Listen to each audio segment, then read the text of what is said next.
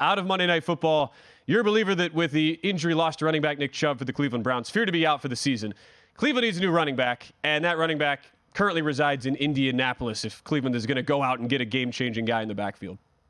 Well, I think it deserves a phone call, right? I mean, if you've gone this far in, you got to make the call. I mean, you've spent more cash than most every team, than 28 teams in the league.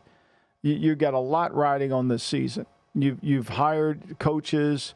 Your defense is really good. You're assuming you could stay healthy. Both, I think, Ward and Newsome kind of walked off the field. They said Ward was fine. He was just having cramps. But your defense is outstanding. And, I worry about their kicking situation a little bit, but he missed one last night too. But why not? I mean, what's the worst that could happen? You're going to find out, really, if they want to trade the guy. You're going to find out if you put an offer in front of him, you're going to find out. And one thing you don't have a first-round pick next year. Mm-hmm. So Chubb's going to it's going to take a long time to rehab this. He'll probably do it. He did it the first time. But your offense is built around a run game. You've got Kevin Stefanski as your head coach. All outside zone, inside zone, all play action. We saw last night when it becomes a drop-back pass game, this is not what Cleveland does. And if they don't have a running back and they get involved in a drop-back pass game, if they get behind in a game, it's going to be really challenging. So they've got to make that phone call. Sure. They have to. I'm not saying they're going to pull the pin on it, because I'm sure they're going to probably say, well, we could do this guy. But the one thing I do know, the Scotty Williams syndrome is real. When we think guys are backups, that we can then parlay them into starters and feel like their numbers are going to improve, you're making a wrong mistake here. You're making a wrong mistake. Tony Pollard was not a backup to Zeke. Tony Pollard was playing with Zeke, so it was easy to see him. Madison was the backup to Dalvin Cook, and we thought he was really good. But the more Madison has had to play, especially in protection now, you watch Alexander Madison try to block in protection against Philadelphia. That was a big issue.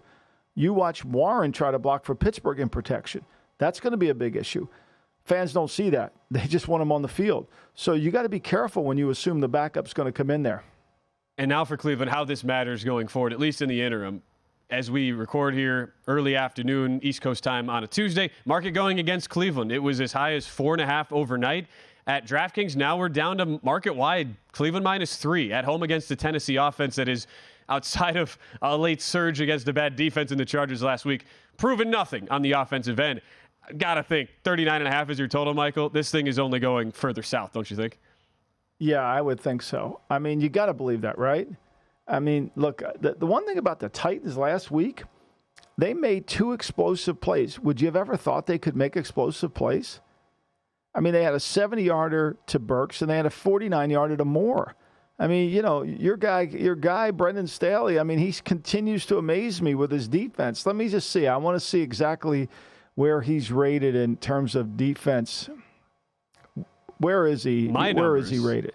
Is dead last, yeah, well, and it's not particularly close so far. Yeah, well, I like to kid you on the numbers. I look at them too. I mean, what are they? Well, they're one of the worst defenses in football. Them and the Rams, right?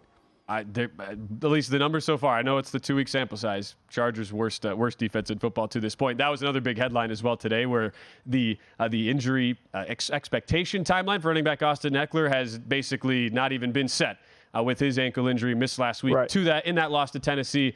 And so the Chargers now go forward, and it's not really the offense so that we're worried about. But I was bringing it up as it relates to the Titans. I mean, the Titans actually looked explosive against – I don't think the Titans are going to have the same success against the Browns.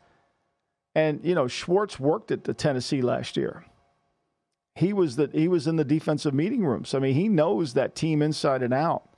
He'll have a really good plan for how to stop Henry. He'll have a really good plan for how to stop Tannehill. I mean, this is a game where I think, for me, from my standpoint, I'm hoping that everybody keeps downplaying the Browns as not having a chance, when I think they have a really good team, and I think they'll win on defense. Go to VSiN.com/subscribe to become a VSiN Pro subscriber today.